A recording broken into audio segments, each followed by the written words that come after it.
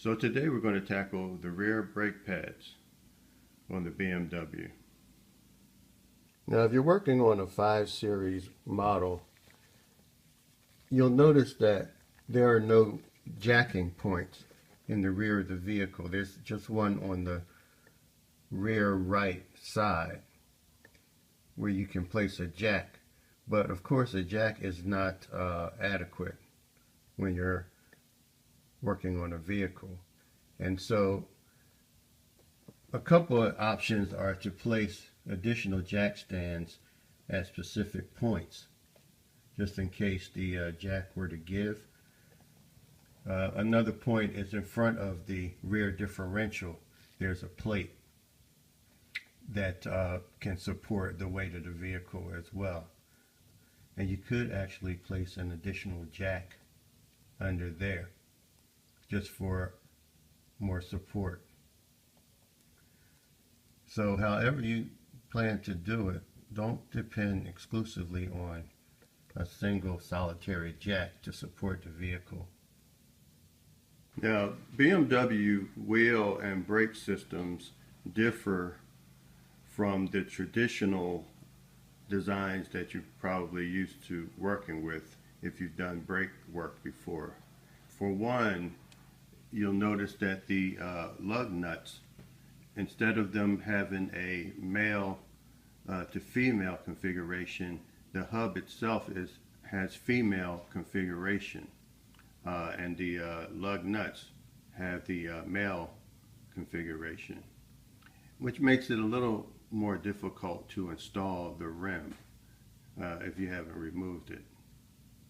Most likely, if you're watching this video, you have at least done some work on your vehicle.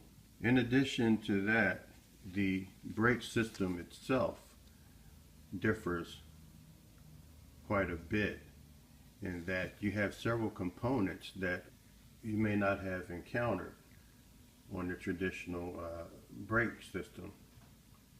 For one, you have this bracket that holds it all together. It's called an anti-rattle bracket. And you also have sensors on one of the rear as well as one of the front brake calipers. And the sensor is connected to the bleed valve, which when you remove the cover on the bleed valve, you can disconnect the sensor wire that feeds up into a connection junction box, and that should also be replaced when you're doing brake work. So the first thing that you'll do in removing the caliper is to remove the anti-rattle bracket,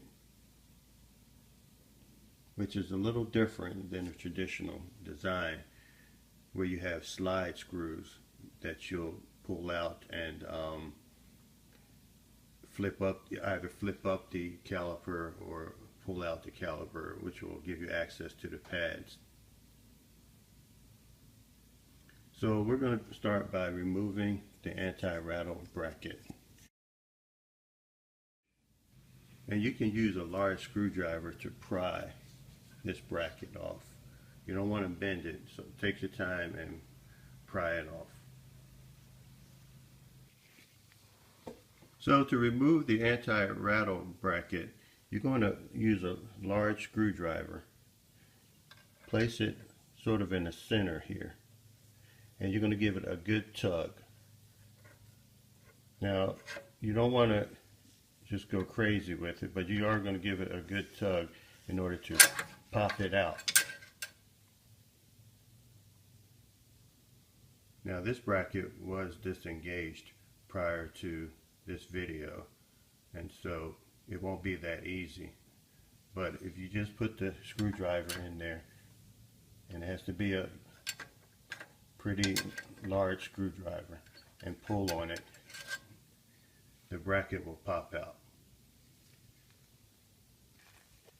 So you can see where the sensor is located, and notice where the cable feeds into the cover of the bleeding valve. So that cover is rubber, so you'll just pop that cover off and remove the wire from that area. Next you'll use some large pliers to pry the sensor away from the brake caliper. After you've removed the sensor, you'll use a 7mm hex socket to remove the top and lower slide bolts.